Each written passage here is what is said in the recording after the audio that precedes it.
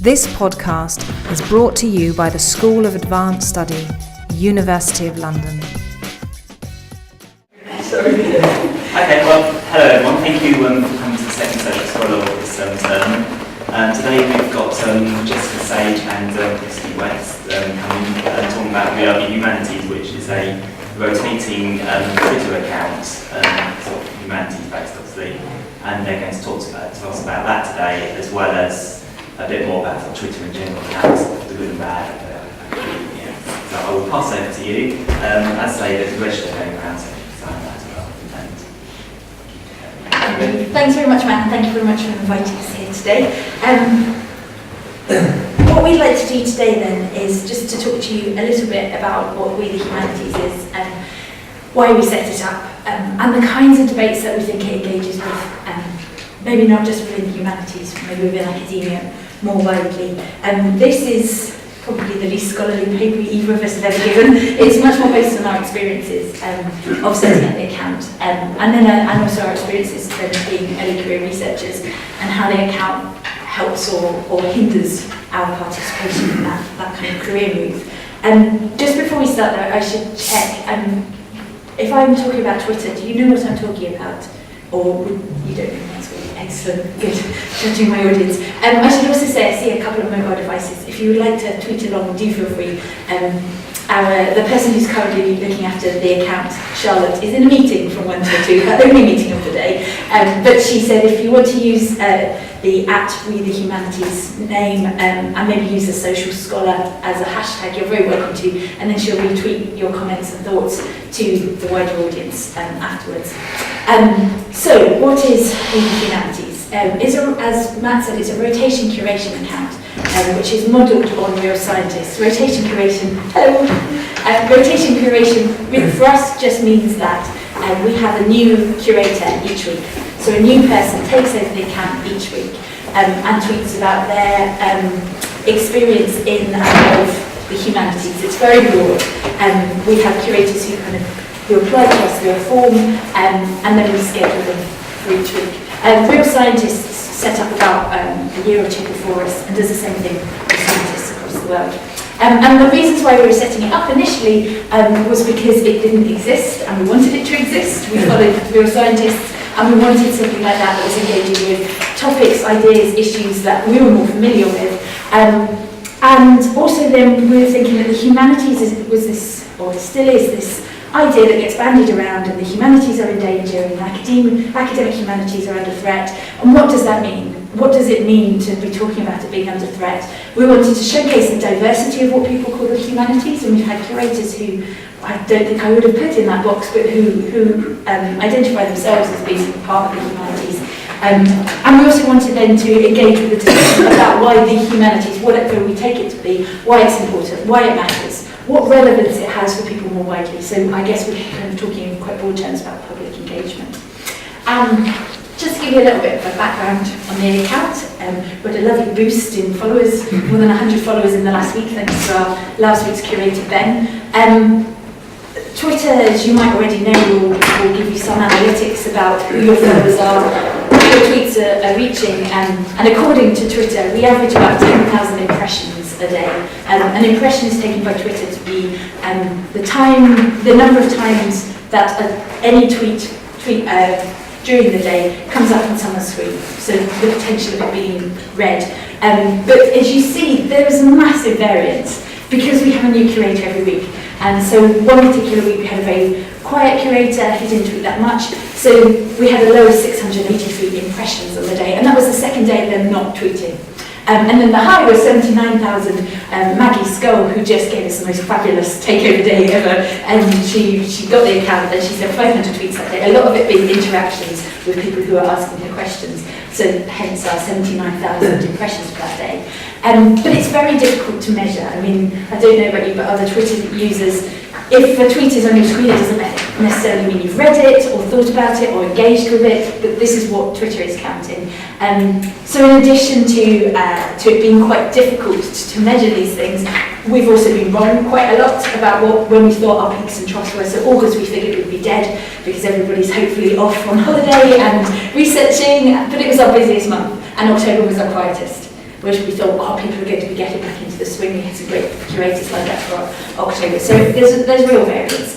In terms of our followers, then, we've almost got a gender parity in our split. Again, this is as identified by Twitter, whether people are male or female.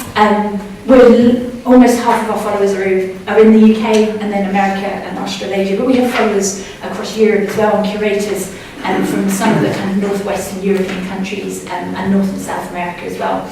Interestingly, for Humanities account, our top unique interest, which is, according again to Twitter, the list of interests that makes these followers particular to you rather than following another account, I think unique interest is science news, which amuses me greatly because we're there trying to champion the humanities and everyone apparently is interested in science, which isn't necessarily reflected in the timeline.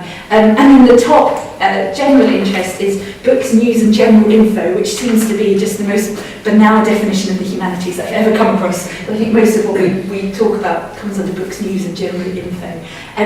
So in addition to being quite difficult to measure the impact that the account is having, it's also really difficult then to measure who it's engaging with. That this is a diverse group of people, and we can talk about most of them being based in the UK, but what does that mean that we're suddenly kind of excluding 55% of our followers based on that? So in terms of that, what we're able to, again, I very much hesitate to use the word measure, but one thing we are able to see is the interest from the curators and potential curators. So we've had curators from 12 different countries. The curators we gather through, people kind of send their indication of interest, say that they'd like to get involved. We don't vet curators. There's no, oh well, you've had too many of those. We do have to manage the scheduling, so we don't have 3 historians in a row. We try and kind of mix it up a little bit as well.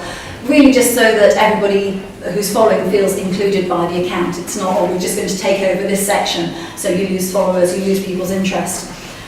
We have tried having a couple of themed weeks, which haven't really gone particularly well.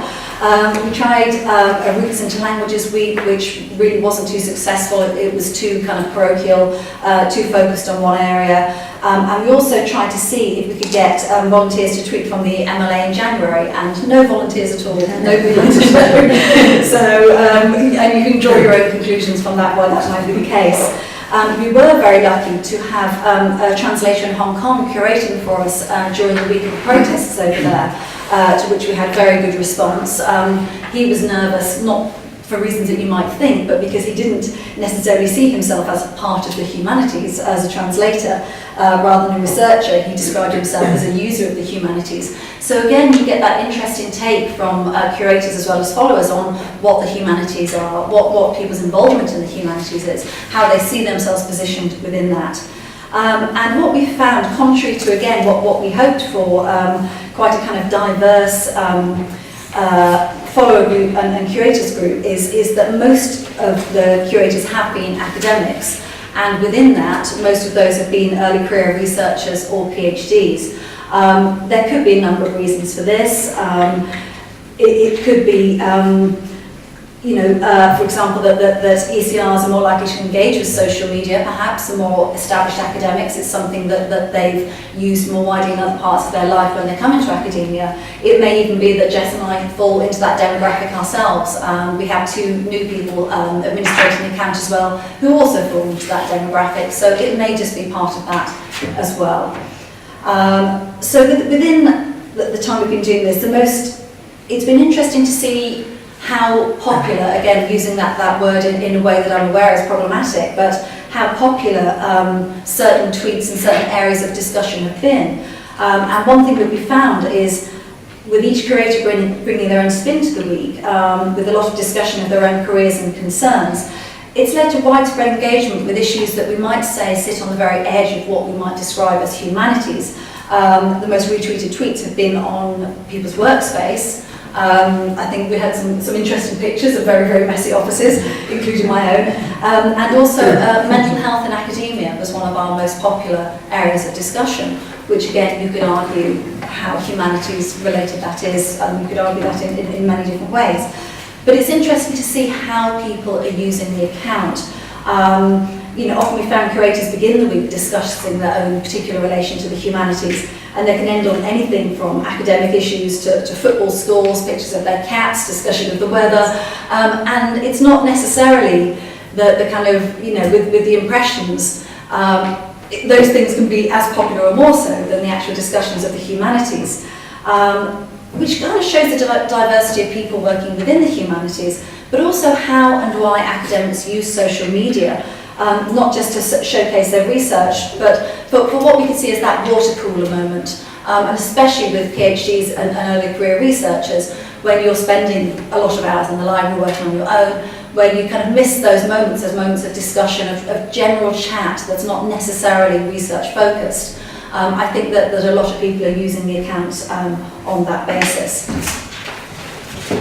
So, future plans has been, we sat down recently, we're coming up to a year since the account began, so we sat down and discussed what we'd like to see for the future. In doing so, we've had to bear in mind that things that we have planned in the past, like themed weeks, haven't necessarily been successful. And what we have found very much with this account is that it has grown organically, not so much because of us, but despite us. With different curators every week, with different demographics of followers, this is an account that isn't really about us. We're the you know, with the administrators, we are not the account. This is not our voice. We very, very rarely tweet ourselves, except when we're doing handovers. I did a week as curator back near the beginning, but generally this isn't about us, it is about our curators. As I said, we have 2 new administrators now. This is widening out. We would like to widen our geographical spread, because I think we are all based in the UK still, the administrators, although not in the same place. We're looking at the possibility of more of a standalone website, kind of a hub for the humanities, as well as the Twitter account, if you like, covering news, events, more blog posts, more links to other things that are going on. So these are some of the things that we might do in the future, and we're having to think about that balance between an organic development of with the humanities versus a strategy. And this is showing up some of the difficulties of trying to plan an outcome to what we're doing.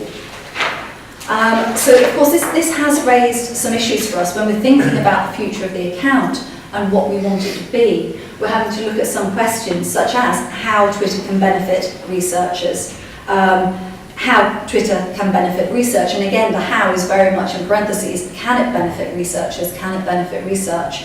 And also with what other debates do these debates engage? So in thinking about that, I just want to take you through this quote from publicengagement.ac.uk, which is their definition of what constitutes public engagement. Just bring out some of the issues which will then link back to our experiences with We the Humanities, and then hopefully we'll open up a discussion with your experiences and thoughts on these ideas. So the NCCPE definition of public engagement is: public engagement describes the myriad of ways in which the activity and benefits of higher education and research can be shared with the public. Engagement is by definition a two-way process involving interaction and listening with the goal of generating mutual benefit.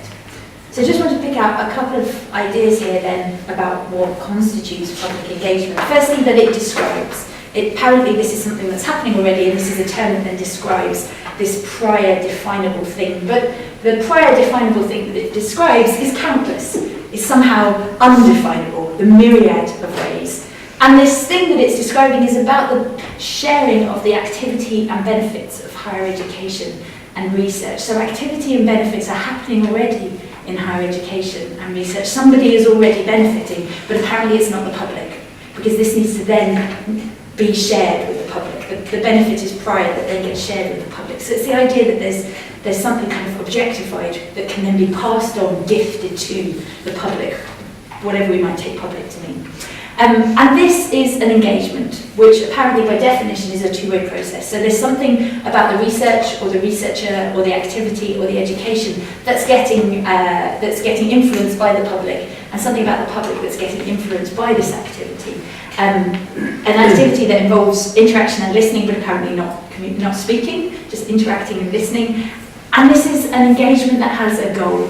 This is an engagement that has a goal of generating mutual benefit. That is, the outcome is already in some sense known. It's already understood what this interaction will do.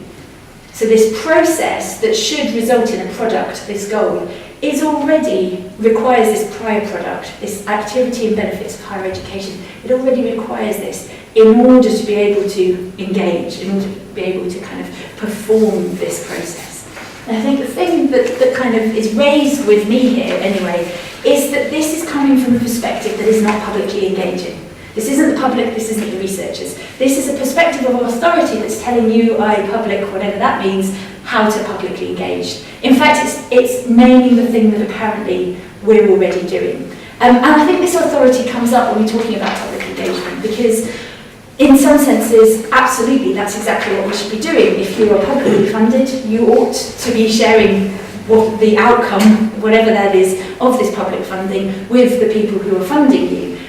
But there also seems to be in this kind of an idea of disempowering this public who has no sort of agency in the definition of what public engagement is. And sometimes then that comes into criticism, the idea that as a researcher, you're superior, that you have something that you can share, you can gift to these poor people who don't know the intricacies of Charles Dodgson's photographs, and obviously are going to care about that as well. And this superiority, that only works if there isn't this two-way process, if you're not affected, also if your research isn't informed by public. And I suppose that's one of the reasons why we're so interested in raising these questions about what do we mean when we say public engagement? What do we mean by public? What do we mean by engagement? Because it seems like even with a definition, there are some things that are kind of glossed over. It also raises with me the question that if it took me 600,000 characters in my thesis to explain my research, what does it mean that I claim to be able to tell you it in 140 characters? What does it mean that if we're talking about public engagement, we're somehow talking about paring down a lack, something less than this wholeness of this research that apparently we've done? And then also, how does that affect research? What does it mean that research is commissioned partly on the basis of this ability to publicly engage? I say that slightly cynically and bitterly because I'm sending out lots of research proposals at the moment. But frequently there's this box where you explain how you're going to explain this research to people who don't understand already, to people outside of your area. And in some senses that makes a lot of sense. But in other senses, it requires on a knowable outcome, on the ability to report, to be able to kind of change your research into different things. And this all leads on as well to a debate which if you do spend any time on Twitter in an academic capability, there has been quite a lot of debate recently on open access, and obviously not just on Twitter. This idea of allowing the public, again, that fairly problematic term, allowing the public to access academic reports, and considering why this has come about, what's kind of, what are the problems within this? What are the assumptions within this? What is the value to academia in doing this? What is the value to this public within the idea of open access? And again, what value does your research have if it's open and available and free for anybody who would like to access it? So, these kind of issues, it's not just an issue of Twitter and social media and us just thinking, oh, well, if we decide to kind of talk about our research online, why do so and what are the implications? This is something that is feeding into a much, much wider and bigger process now with this issue of open access. Also within what we're doing with the humanities, that's also reflecting what's happening in academia on a wider level at the moment, is that issue of interdisciplinarity. It's very much, certainly at Reading, is being very much encouraged at the moment, the cooperation between departments, between disciplines. Obviously, as Jess said at the beginning, we have this kind of tentative link with real science in that they came up with an idea and we nicked it and used it with humanities. But also we do have debate between the two. We do have scientists following us, we both and many of our followers follow real science as well.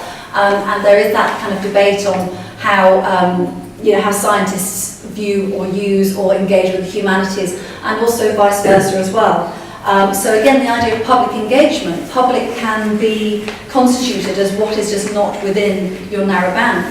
For the real scientist, we could be that public, and vice versa. So looking at the idea of interdisciplinarity within this, I think is a particularly interesting and valuable thing as it feeds more widely into academia. Also, talking about public engagement, research has been commissioned on public engagement, and researchers are being trained to publicly engage but we do feel very much so that the questions are not being asked enough on what this means. So in trying to kind of open up the debate and hopefully elicit some thoughts from you and shamelessly incorporate them into what we're doing, I suppose what we're not trying to argue that Twitter is necessarily damaging to research. We're also not trying to argue, as I think some people early on clung to, the idea that social media is going to be the saviour of the humanities or whatever discipline is being decided is under threat at the moment. Rather, I think we're interested in the kinds of questions our engagement with Twitter has raised. That maybe this is something about what we might call networking in another space, this water cooler opening, and what do we understand then to be the benefits of this kind of networking or community? Why is that beneficial or important? It's also then about what you're doing to your research, how you're constructing your research, if you are engaging as a researcher on Twitter, what are you doing? I think it's kind of commonly bandied around, you need to be careful what you put on social media because, you know, if you're applying for a job, somebody might Google you and find out that all you tweet about is cats or something like this. But if you are tweeting about your research, how are you communicating it? Are you doing it justice? What ideas of value are you attaching to your research on this social media platform, which in some ways is incredibly trivial and informal and just this thing that we can do on the go, but in other ways it is incredibly formal. It's all about form. It's all about 140 characters. We might be talking about having a discussion with somebody, this two-way process, but it's within a very specified form. I'm not suggesting that there's such a thing as a free conversation, whatever that would look like, but that this is about a particular kind of formality. And then also, on whose terms is this public engagement? Because it seems to me, and my kind of damning indictment at the end, it seems to me that this is not on the terms of anything that we might be calling public. This is on the terms of this kind of perspective that says you are researching, you are not researching, you are the researchers, you are the public, therefore this is what public engagement looks like.